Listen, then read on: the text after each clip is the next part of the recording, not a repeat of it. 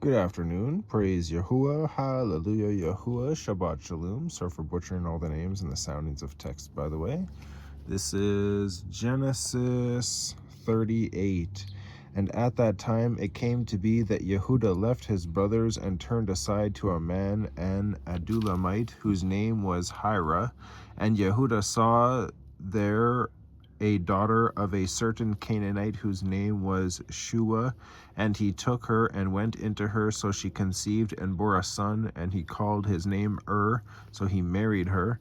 And she conceived again and bore a son, and she called his name Onan.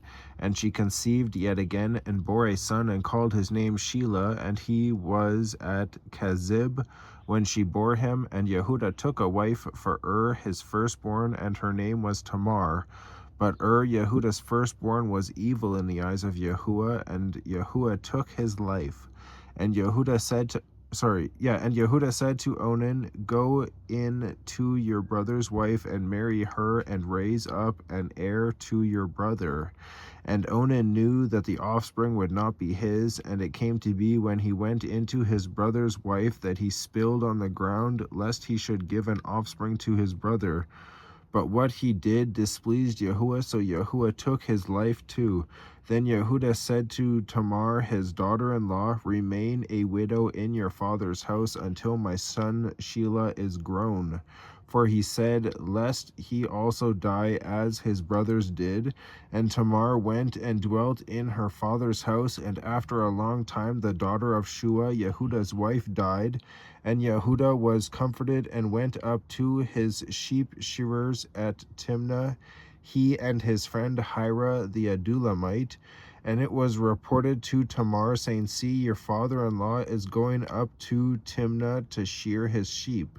And she took off her widow's garments and covered herself with a veil and wrapped herself and sat at the entrance at Enaim, which was on the way to Timnah, for she saw that Shelah was grown, and she was not given to him as a wife.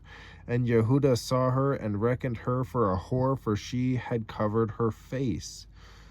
You know, it's weird about the Islamic tradition to cover your face if you're a woman. In Yahuwah's way, it is reckoned as someone of a whore. Not saying that that is what they are, but that's what you're... Just because your tradition says to cover your face doesn't mean you should cover your face.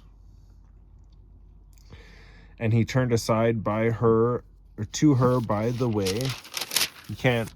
I know that Yashara was a lot about identity.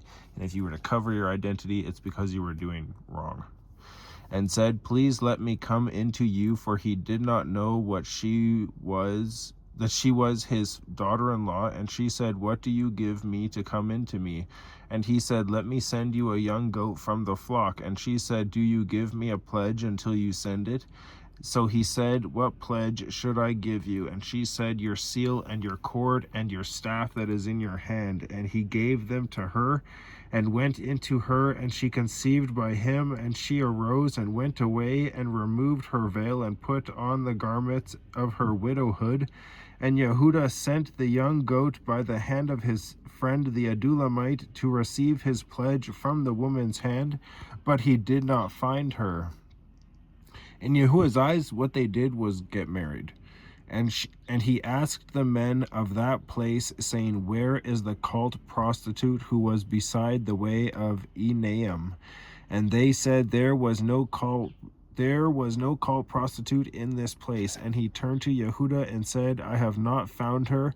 And the men of the place also said, there was no cult prostitute in this place. And Yehudah said, let her take them for herself, lest we become despised. For I sent this young goat, and you have not found her. Why would they be despised? Because they're violating Yahuwah's Torah.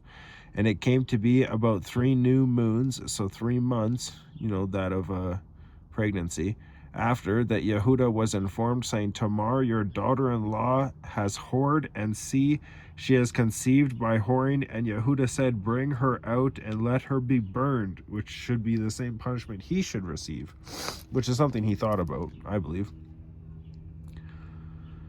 When she was brought out, she sent to her father-in-law, saying, By the man to whom these belong, I am pregnant. And she said, Please examine whose these are, the seal and the cord and the staff. And Yehudah examined and said, She has been more righteous than I, because I did not give her to Shelah my son. And he never knew her again. And it came to be at the time of giving birth that see twins were in her womb. And it came to be when she was giving birth that the one put out his hand, and the midwife took a scarlet thread and bound it around his hand, saying, This one came out first. And it came to be, as he drew back his hand, that see, his brother came out, and she said, How did you break through?